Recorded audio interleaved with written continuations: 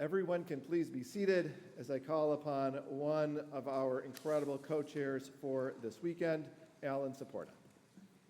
Shabbat Shalom. I'm Alan Saporta. I am on the board and one of the co-chairs along with Allison Bortz for this amazing weekend. When we first met, we asked the rabbis to join us in the planning committee, only that first meeting, and we wanted to ask them what would be meaningful for this weekend. And they said that they wanted to learn. And when we asked them, well, could you give us a list of people you'd like, we want to see who we can get, the first name out of their lips was Dr. Yehuda Kurtzer. And so it is my distinct honor and pleasure to introduce our scholar in residence for this weekend's Two Rabbis, One Journey celebration, Dr. Yehuda Kurtzer. He is the president of the Shalom Hartman Institute. He led the creation of the Shalom Hartman Institute of North America in 2010 as a pioneering research and educational center for the leadership of the North American Jewish community. And he teaches in many of its platforms for rabbis, lay leaders, Jewish professionals, and leaders of other faith communities. He's the co-creator of Shalom Hartman Institute's I Engage project, which seeks to build a bridge between Israel and world Jewry through content, curriculum, and cutting-edge educational programs. Additionally, he is the host of Hartman's Identity Crisis podcast, which can be found at identitycrisispod.com, which you can check out after Shabbat. Yehuda is also the author of Shuvah, The Future of the Jewish Past, which offers new thinking to contemporary Jews on navigating the tensions between history and memory. And he's also the co-editor of the New Jewish Canon, a collection of the most significant Jewish ideas and debates of the 20th century. Please welcome Yehuda Kurtzer.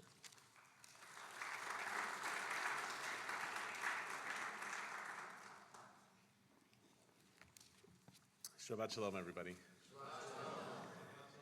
So I was prepared very thoroughly for this Shabbat with a number of Zoom calls and conversations, but the one thing that I was not told was to bring a proclamation.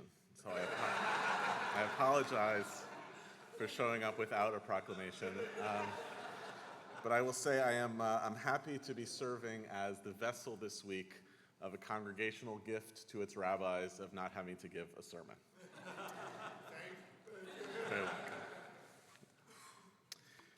So we tell the story of the wanderings of the Israelites throughout the wilderness for these 40 years following the Exodus. And we forget sometimes that 40 years is the time that it takes for the Israelites to traverse a distance that should have taken probably somewhere between 5 to 10 days. The truth is, the majority of the time of those 40 years was not spent in actual wandering. The Bible tells us that the Israelites move from place to place. There's a long list. And sometimes when they go to a different place, something interesting happens. In fact, sometimes they return to the same places, like Kadesh Barnea, multiple times. Like a group that's kind of lost. Weren't we here before? But to cover the time span of 40 years, you have to read in between the lines and recognize that most of the time that the Israelites spent in the wilderness was not actually wandering. It was spent in their tents, in their encampments. We read this morning the second chapter in the book of Numbers, which maps out the Israelite encampment in the wilderness. We start this book of Numbers with counting the Israelites, and we come back to that again. And right sandwiched in between the counting is a map that depicts how the Israelites would have encamped in the wilderness. And it gives us a very specific arrangement describing where all of the tribal families were supposed to pitch their tents. Judah in the east, which was kind of at the front of the camp, together with the Issacharites and the tribe of Zebulun. Then on the south, Reuben was the lead tribe, and he was accompanied there by the tribe of Simeon and the tribe of Gad. Doesn't quite tell us who's to the right or who's to the left, but okay, let's imagine one on each side. In between, and we'll come back to this later, is the tabernacle and the tribe of Levi. On the west, Ephraim, Manasseh, and the Benjaminites. On the north, Dan, Asher, and Naphtali. It's a beautiful image. If you imagine a kind of bird's eye view of a kind of perfect square of the camp of Israel divided into these 12, but actually 13 tribes. If you're paying attention, Joseph gets replaced by Manasseh and Ephraim, and it works symmetrically because the Levites get taken out of the picture and they encamp around the center. All of the 12 tribes of Israel encircle the tabernacle at the center, which is ringed by the tribe of Levi.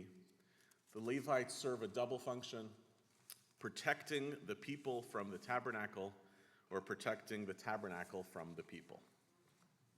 It's a vision of order, but it's actually not a particularly obvious order based on what we have seen before in the story of the Exodus, because we know of the existence of these 12 tribes. That's basically the story of the book of Genesis. But a lot of the tribal divisions between the Israelites have disappeared between the beginning of the Exodus story and now. In fact, throughout the Exodus, we heard about the Israelites for the first time, the people of Israel, Bnei Yisrael, as an actual discrete unit. It's the first time we get the designation of that term. Amazingly, the first character who describes the Israelites as one nation, not as 12 different tribes, but as one nation, is Pharaoh. It's always the case that we Jewish people see our own internal diversity.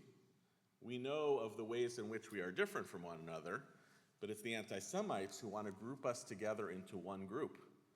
If they see us together as one group, we can be more easily despised or destroyed.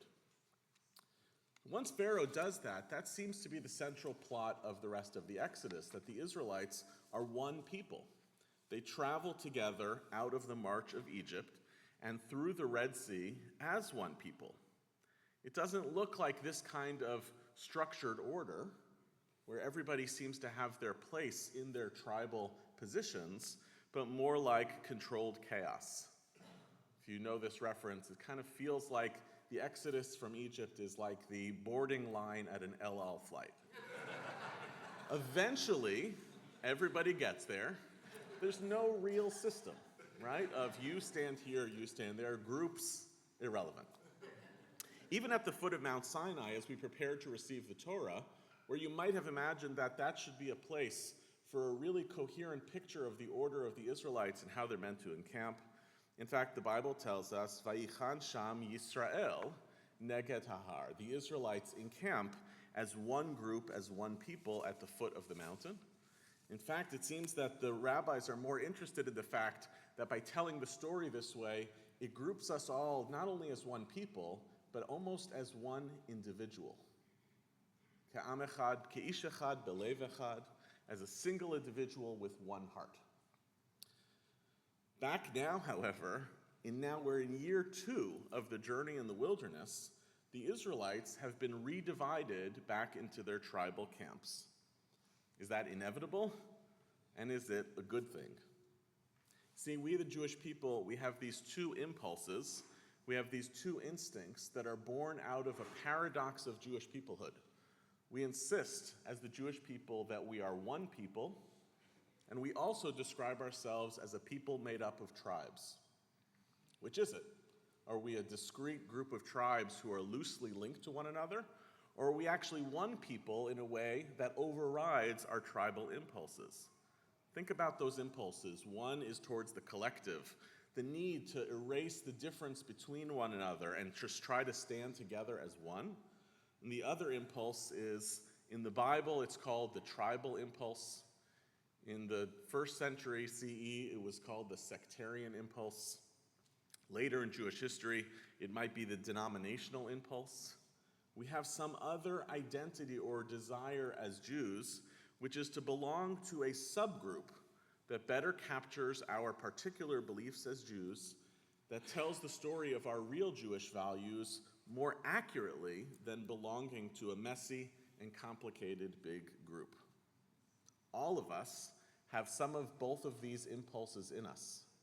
Moments like this morning, hearing about the rescue of hostages who we feel like in a weird way, people we've never met, thousands of miles away from us, who actually come from different Jewish ethnic backgrounds than us, who have totally different family stories. We feel connected to them because we are one people as though we are one family. And yet most of the time, all of us Jews, we go to this synagogue and not the other one. We belong to this movement and not those other movements. And there's nothing un-Jewish about having a whole bunch of synagogues that you would never step foot in. It's a big part of being Jewish also, and it pulls in a totally different direction than that collective sense of, since we are part of the same people and part of the same family, we should obviously be able to practice Judaism in the same ways as everyone else. There's something a little darker about these two commitments, and in particular about that pull to identify as part of the Jewish people. And I mentioned the Pharaoh story earlier, and it sometimes feels as though the collective impulse, that desire to be part of one group, to set aside our tribal or our denominational difference, is best catalyzed only when we have the presence of external existential threats. If all of them hate us, it's easier for us to identify as one group, to think that it's kind of like, it's like a waste to focus on our differences when we have to band together against something on the outside. But what that means then is that what we really want to do is to spread out back into our tribal camps. That's the stronger desire. Left alone in peacetime, we wouldn't think of ourselves as belonging to one people. We would just spend our time with the Jews who we identify as our Jews, our sub-tribe. That's what we kind of really want. And that's what happens when the Israelites arrive in the land of Israel. They don't stay together as Israel. They actually move out, spread out, and they get to live in all of their different territorial districts of the different tribes. It's too hard to stay and be one people. Imagine one synagogue, a really big one, for the Jews of San Diego. Who's in charge? What's the liturgy? Right? Forget about who gets to sit where. That's hard enough. It's hard enough in a single shul. But imagine to try to do that for a whole community. So what we really want to do is to be our own particular types of tribes, but it's only when our back's against the wall, when we have no other choice, when we are forced to, that we put ourselves back into a Jewish people's story. I've been worried for a long time about the question of solidarity and collectivity in the American Jewish community. Are we one people as Jews in America? If you scan the last couple hundred years, and even until the middle of the 20th century, post-Enlightenment and post-emancipation, we were really a very tribal people. Until the State of Israel, until the recent period of time, Jews lived all over the world with very little relationship to one another. It's like a novelty when we travel, right? I found Jews. But most Jews in Jewish history lived in their places knowing of the existence of Jews elsewhere in the world, but feeling no deep connection to them and having no meaningful relationship with them. They spoke different languages, they practiced Judaism very differently, oftentimes with all sorts of customs and practices that made it very difficult to even celebrate Judaism together, certainly couldn't eat in each other's homes on Passover. Nothing connected us to Jews all over the world besides some sort of memory of a shared story. For much of modern Jewish history, the story has been less about collectivity and more about great fights. Hasidim, and the people who hated Hasidim, that's basically their name. They don't really have a name. They're called mitnagdim, which means people who hate Hasidim. So we have like Hasidim and mitnagdim. We have the denominational stories, the birth of denominations, Reformed and Orthodoxy and Conservative, all in Western Europe, different tribes with languages, beliefs, and behaviors. And then Zionism comes along in the late 19th century and continues to tear the Jewish people apart, perceived by some Jews as the answer to all of our problems and by others as the worst problem we could create for ourselves. And most American Jews, until the middle of the 20th century, were not particularly unified either. Sometimes, by force of necessity, we had to live in particular places like the Lower East Side, and there were great fights between Jews on the Lower East Side. My favorite Jewish story of all time was that about 1910, there was a riot on Yom Kippur morning on the Lower East Side. because the communists and the anarchists set up a banquet on Yom Kippur outside, and so the observant Jews coming through got into a violent fistfight. And that's only because they were forced to live there. But once Jews actually start spreading out, our tribal impulse, the dominant impulse, returns, and people don't fight anymore if they don't have to live in proximity to one another. You don't like that some Jews are doing something that you don't like? It's a big country. Go somewhere else. So it only took the Shoah in the middle of the 20th century and the urgent birth of the State of Israel to re-inculcate in American Jews that there was something important to shared belonging, something that was supposed to transcend our tribal affiliation. So many Jews in concentration camps found themselves along fellow Jews who they would never identify with, Jews they would never pray with, Jews who thought that their approach to Judaism was totally better or different than others, and found themselves actually bound together as victims of a common fate. We got regrouped together by our enemies. The Nazis certainly didn't care or discriminate between those who might be called good Jews and bad Jews. It didn't matter. One lesson for Jews in the middle of the 20th century then was the emergence of a Jewish politics that said we're going to have to figure out a way to hold together as a group, as American Jews, to remember the Holocaust, to fight anti-Semitism and support the State of Israel. We American Jews invented a term. Mordechai Kaplan invented a word to describe this for American Jews in the middle of the 20th century. The term didn't exist beforehand, and the word was called peoplehood. It was better, by the way, than saying it was called nationalism. That would have been a little bit of a dicey term for American Jews to use in the middle of the 20th century. Instead comes up with a term called peoplehood. It's such a strange word that Hebrew doesn't have an equivalent. Israelis have actually had to invent a Hebrew word called amiyut to explain something that emerged from the American Jewish story of an acknowledgement of the need to hold together and stand together, a commitment to the idea of the Jewish people as an essential value in and of itself. And then we as American Jews in the middle of the 20th century did amazing things in the service of Jewish peoplehood.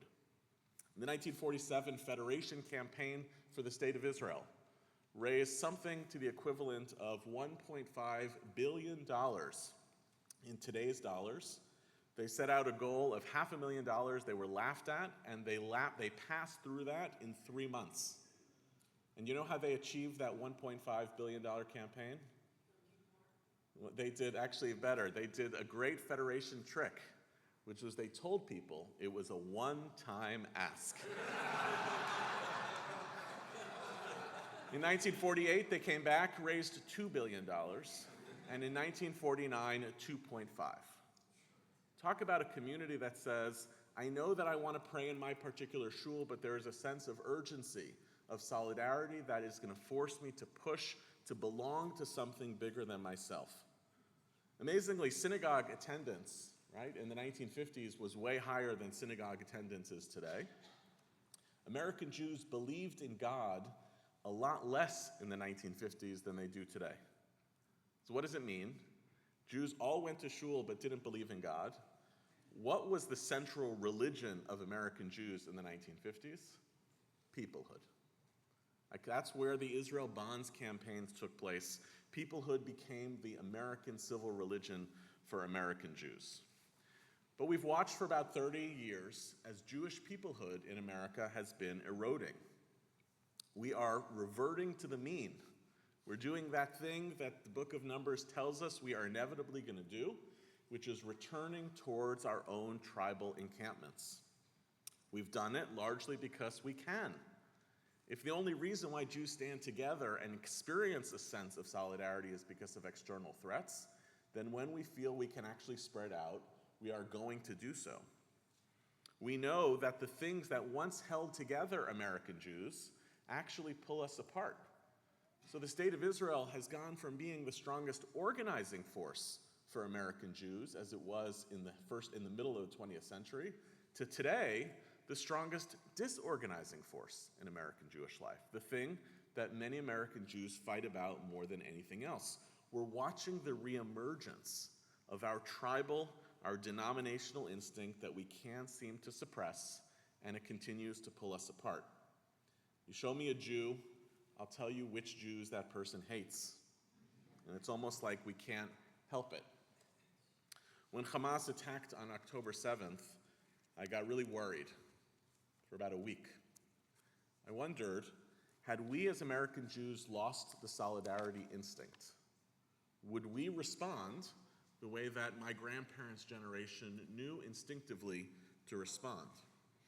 I knew that the last great moment of American Jewish solidarity, we just talked about with great nostalgia, was the campaign for Soviet Jewry.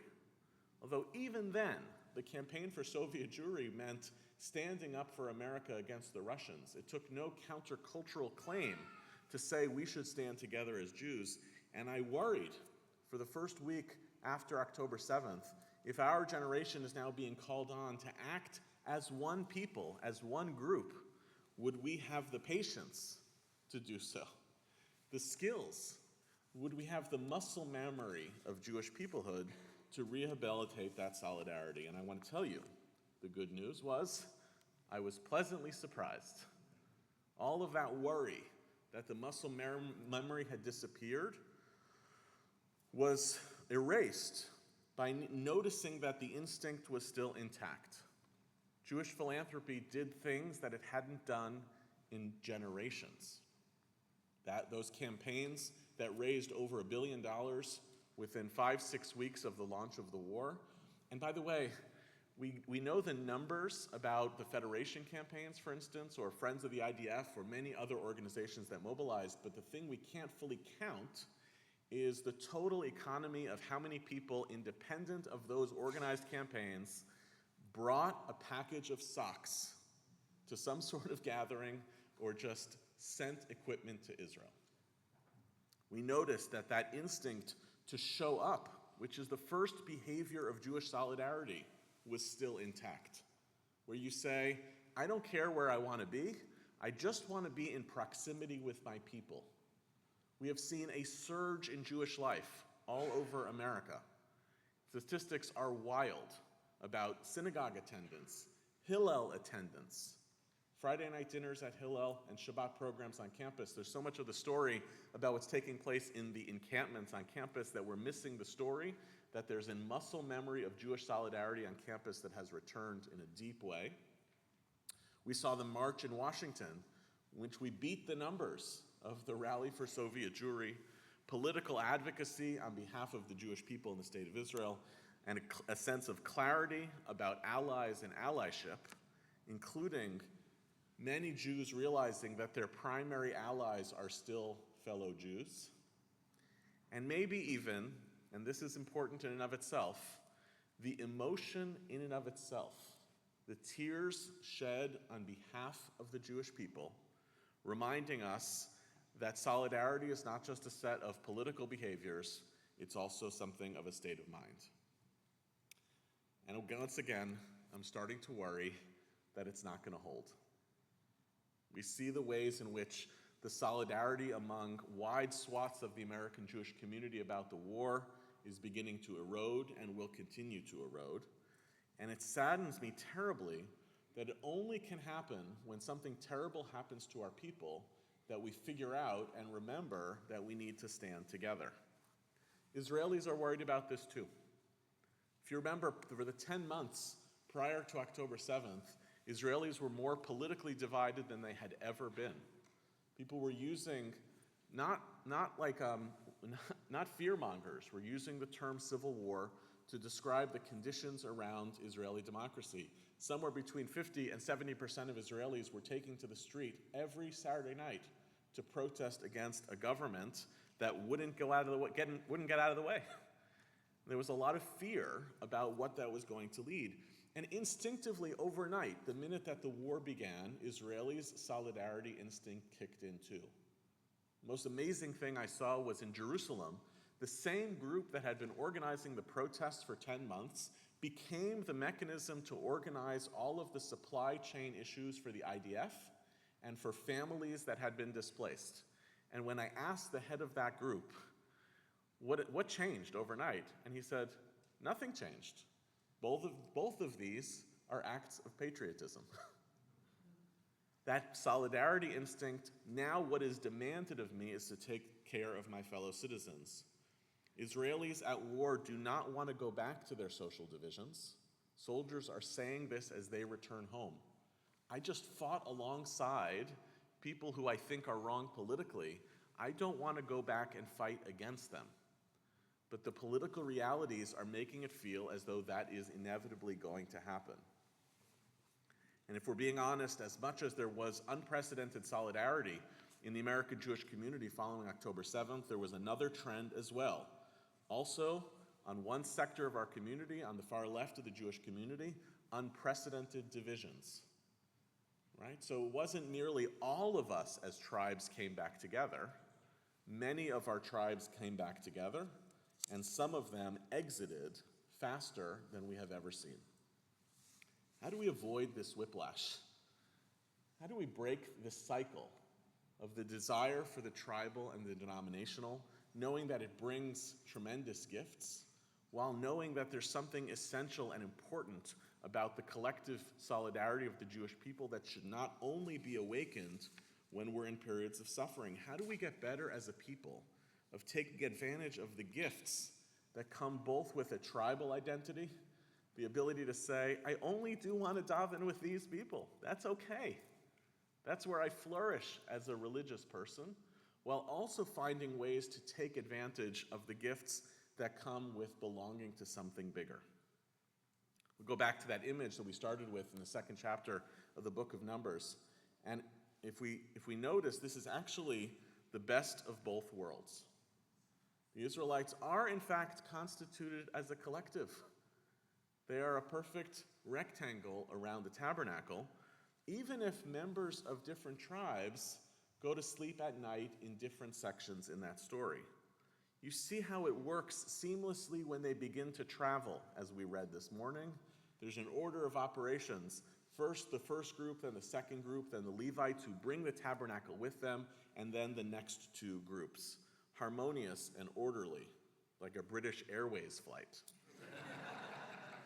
And I think the thing that makes it work, which is easy to miss in this story, is that it's not because there's external enemies right now in this story. What makes it work is that there is a tabernacle at the center. There is something holy, something that is shared as the essential belief, the essential value that all of the groups are committed to. It is not that they believe in unity as some sort of abstract commitment to one another. It's that they are unified by the shared belief in something transcendent that makes them all accountable to something bigger than themselves. A kind of belief that unites the tribes while allowing them to maintain their own structural integrity. The tabernacle, like the temple in Jerusalem, had a centripetal force. By being in the center, it kept all of us belonging to some sort of collective.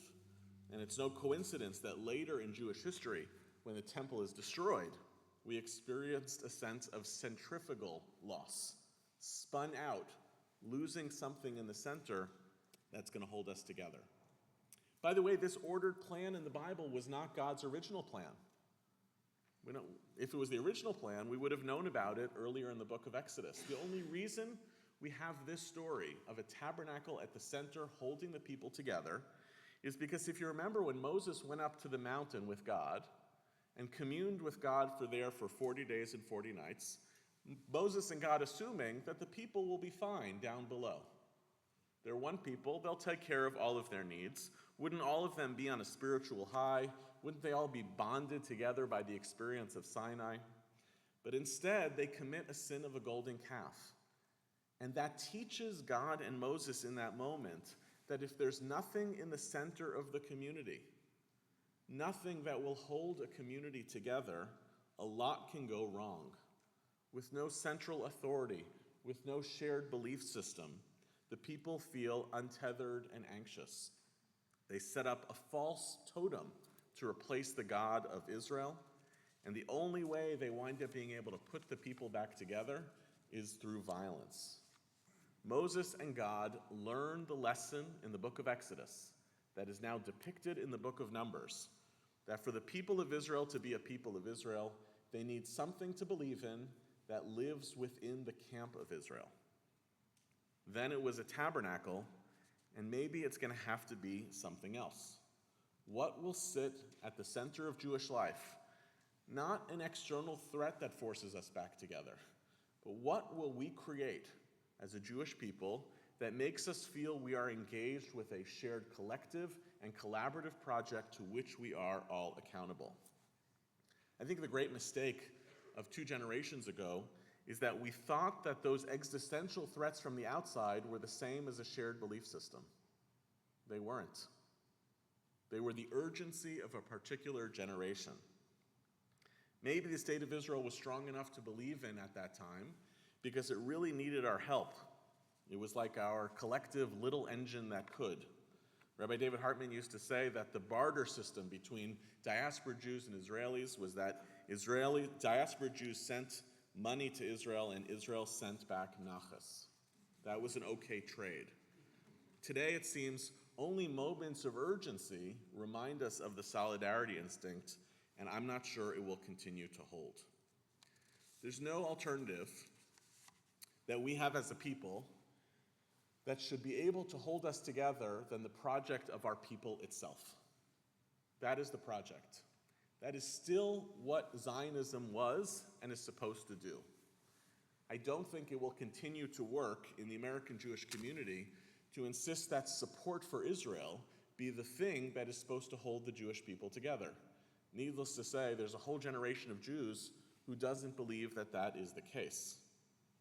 I don't think demanding loyalty to something is the same as putting a tabernacle at the center of our community.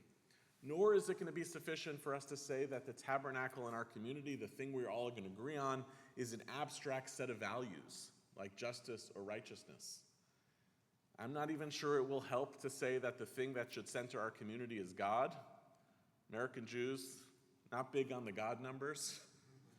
My teacher, Michael Paley, likes to say Jews are the people who believe in one God or less. The Jewish people need a shared project. We need to rehabilitate the sense that we collectively are participating in a shared project. In the early years of Zionism, Zionism was exciting to the Jewish people because it was a project of imagination. It was a pluralistic project of imagination.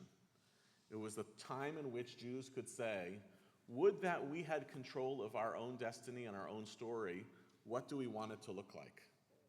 The colossal mistake made in the middle of the 20th century by Zionism was that Zionism said after the creation of the State of Israel, this is no longer a project that demands your imagination. This is now a project that demands your loyalty. That is not the same as a tabernacle. I want to invite us, a community that I've seen over this weekend cares deeply about the State of Israel, cares deeply about Zionism in ways that probably are very different than a lot of American synagogues. And it's possible that if we stay there, you'll have a strong tribe and we'll be losing the people.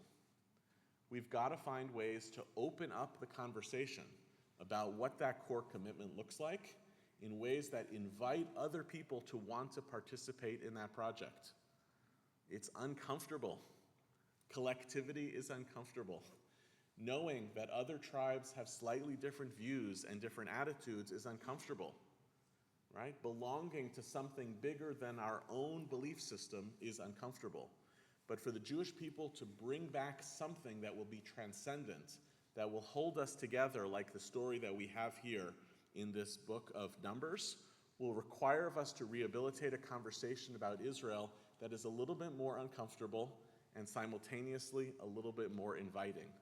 A conversation that asks of young Jews and older Jews, not just what does it mean to believe in the State of Israel, but what does it mean to be responsible for building a better State of Israel? What does it mean to belong to the American Jewish community, but also what does it mean to be responsible to fixing the American Jewish community? And one day, if we do so, maybe we might be like our ancestors, believing in something bigger, dreaming of a shared future, and walking through the wilderness together. Shabbat Shalom.